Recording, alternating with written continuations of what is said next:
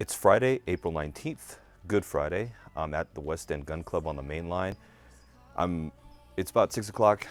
I have to go to work later, so I'm gonna make this a quick range session.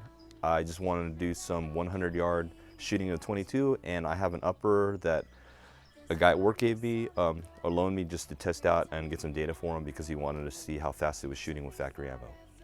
So we're gonna go ahead and hurry up and get set up so I can just shoot real quick and get out of here because I have some stuff to do in the morning at work, obviously. Got some meetings and whatnot. So, and today's Good Friday, so I don't know if I'm gonna be able to get out early today because I have meetings in the afternoon, but I would like to get out early on Good Friday because of Holy Week. So anyway, gonna get all the gear set up and start shooting.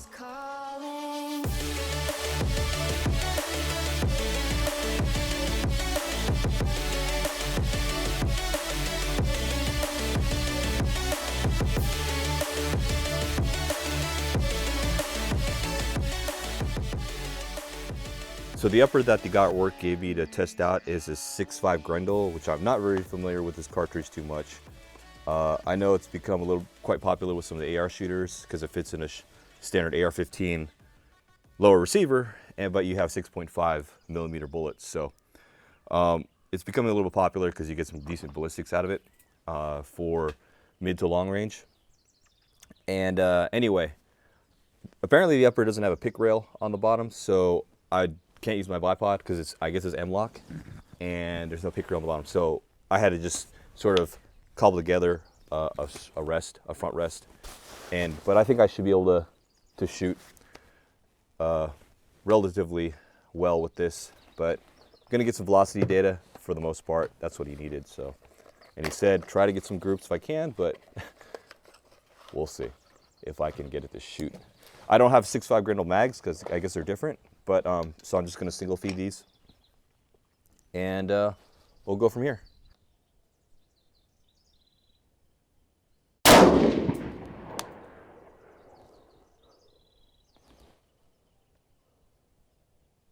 Okay, I just took this scope off my own upper. So it's not even on, it's just barely on paper. So I'm gonna go ahead and just crank it down 3 full mils, I guess.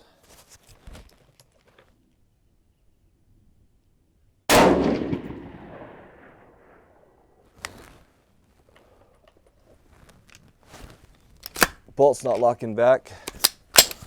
Could just be my single feed loader though. It's not a actual magazine.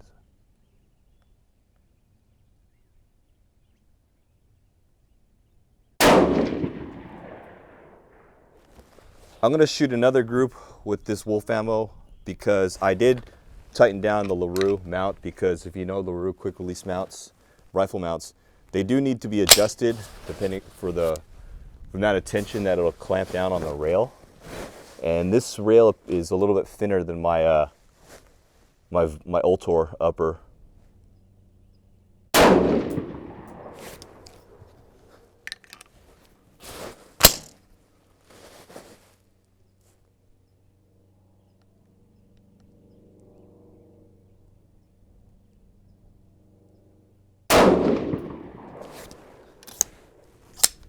I will say this rifle has this cartridge and the way this rifle's set up, it's got a weird recoil impulse.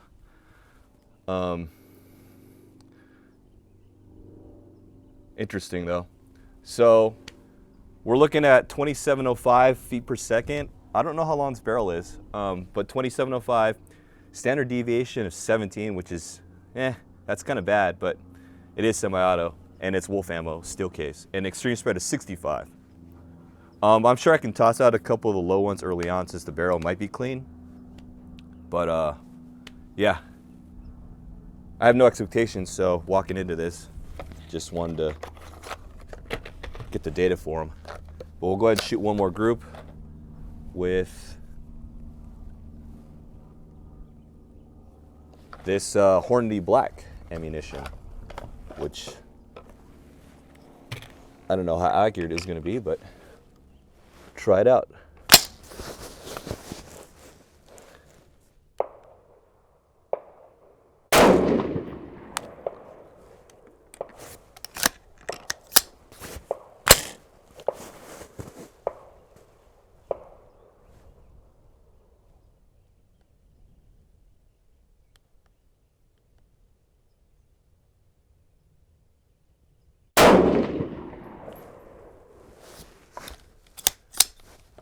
So 10 rounds of the Hornady Black. This is 123 grain. 2508 average, standard deviation of 13, which is okay. Extreme spread of 41. About 200 feet per second slower than the 100 grain Full Metal Jacket. But that's all the rounds I got that I'm going to shoot, and I need to get the 22 going at 100 yards before I need to pack up and get out of here.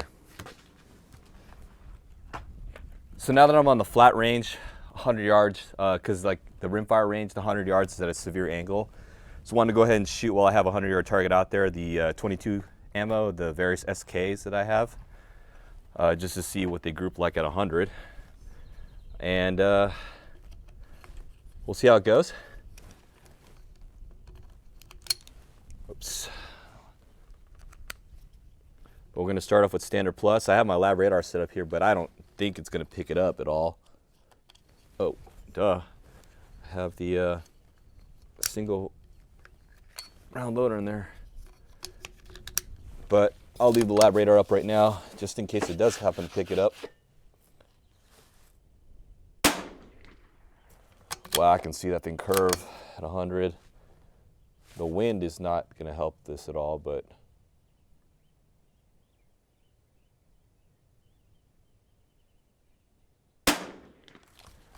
well, I'm going to go ahead and tear down the lab radar because it's not picking it up, because I don't have the it positioned near the muzzle like I need to with this weak muzzle blast. From last week, or last time I was out, you may have noted that I had that recoil, or that shock-based trigger system, but it wasn't working. The guy sent me a new one, actually at my UPS store box. Didn't pick it up yet, but it would be nice to have it out here today. But again, I am kind of short for time, so I don't think I would have had enough real time to mess around with it. But it'd been nice to get the velocities right here. But of course, I could just use my magneto speed now with this because I have the chassis.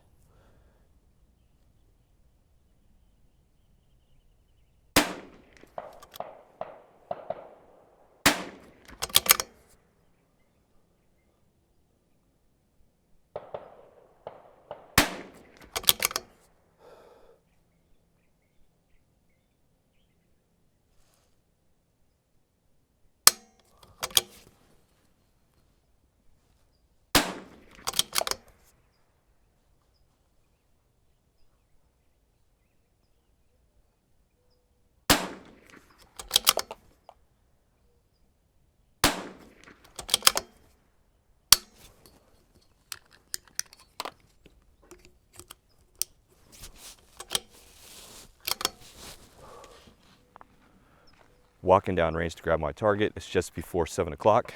Pretty much done shooting.